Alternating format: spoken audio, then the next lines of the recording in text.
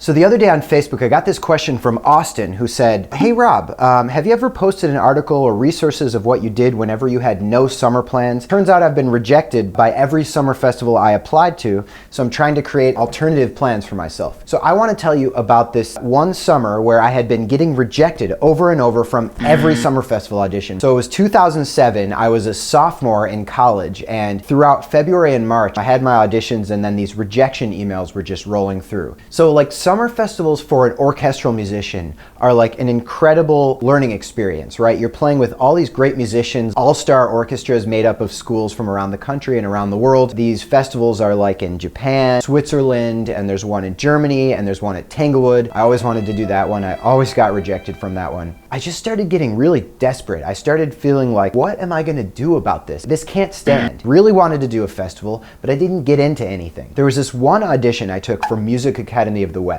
The audition was over at the Mannes School of Music. I remember the judges were Mike Warner, who is now in the Seattle Symphony, whose old job I now have in the Met Orchestra, and it was Ted Atkatz. They were the judges, and I went in there and I was so excited because I had practiced a lot for this audition, and I was so ready. I remember I was even growing my playoff beard, and I went in there and I nailed everything on timpani and I nailed everything on xylophone, and then my Achilles heel came back. I could not play soft snare drum. I was trying to play Lieutenant Kiji. My hands were shaking. I just could not figure out what to do. So of course I got a rejection from that. This is promising, but your snare drum stuff is too shaky and there's just a few too many details that are out of place. I got that rejection and that was the last straw. I felt like I have nothing to do. I don't know exactly where my auditioning is going. I want to figure it out. I want to do whatever it takes to get past this obstacle. I need to be getting into these summer festivals so that I can get better at auditions and get more experience. I can't waste another summer. So I said, okay, I am gonna go home to Michigan, to Chelsea, Michigan, and literally live in my dad's basement and just practice all day and do whatever I needed to do in order to overcome this problem. It all had to do with my snare drum playing, but if you're not a percussionist, just replace my soft snare drum playing, which was my Achilles heel, with whatever is your big problem. I'm gonna go home and I'm gonna have Snare Drum Summer 2007. It was the Rob Knopper Practice Festival. I was the only one invited.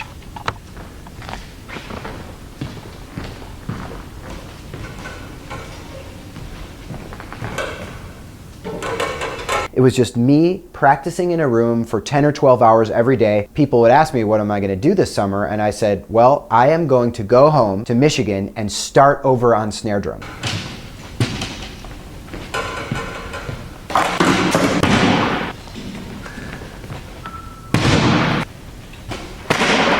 I didn't exactly know what I meant by that, but I was gonna figure it out. There was no question about that. So I went home and I practiced like 10 or 12 hours every single day, which is extreme and it's intense, but you know, I was sleeping enough, I was eating well and treating myself well, and I wasn't busy. I just had that all day long. I think I learned like somewhere between 15 and 20 Delacluse etudes, got all of my technique books and exercise books, and I just like completely went through every single one and did all the work that I could think of. I covered all of my bases, practiced so much that I started to gain a lot of comfort and confidence on my playing, and I started to feel control over my soft snare drum playing. And when I went back to school in the fall, I felt like I was a new person. I felt like in a new way that I never experienced before, I owned my snare drum playing, which was for me the biggest weakness, the biggest point of failure in my audition preparation and in my performances. So that was sort of the biggest thing that I ever did to improve myself during the summer. I just sort of spent the whole summer devoted to myself. So let me ask you this question. If you didn't get into any music festivals, if you don't have plans yet this summer and maybe you're thinking about what to do, am I gonna get a job? Am I gonna go home? Am I gonna stay at school? What could you do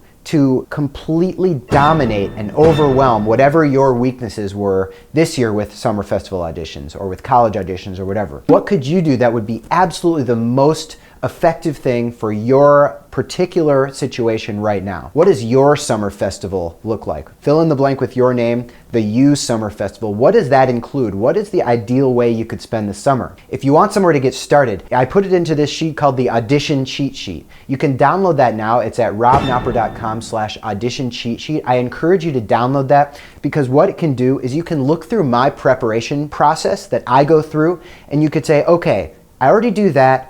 this is what I need, this is missing. I prepared for auditions for like around 10 years and failed my way through many, many years of it. Eventually I started putting together my preparation process into this assembly line for my excerpts where I'd get the list, then I do this, then I do this, then I do this, defined, codified process. And I still would go through that for auditions if I didn't already have a job. It ended up working really well for me when I prepared to audition for the New World Symphony and then when I prepared to audition for the Met Orchestra. Dominate some of those weaknesses that you have in your own audition prep. If you like this video, give me a thumbs up, hit subscribe, because I'm going to come at you a bunch more in the next few weeks, specifically about audition prep and how you're going to use this summer in order to make yourself better. One of the problems with preparing for auditions while you're at home all alone is that you're alone and you don't have anyone else to play for and you don't have any sort of guidelines to follow. I'm going to be hosting this summer festival, which is an online course where we're going to all go through together how to prepare for auditions 1 week at a time. And if you download that audition cheat sheet, you're going to get a bunch more information about it there. So you don't have to worry about it for now. Just make sure to download that cheat sheet. And other than that, I will see you guys in the next video, and thank you so much for watching.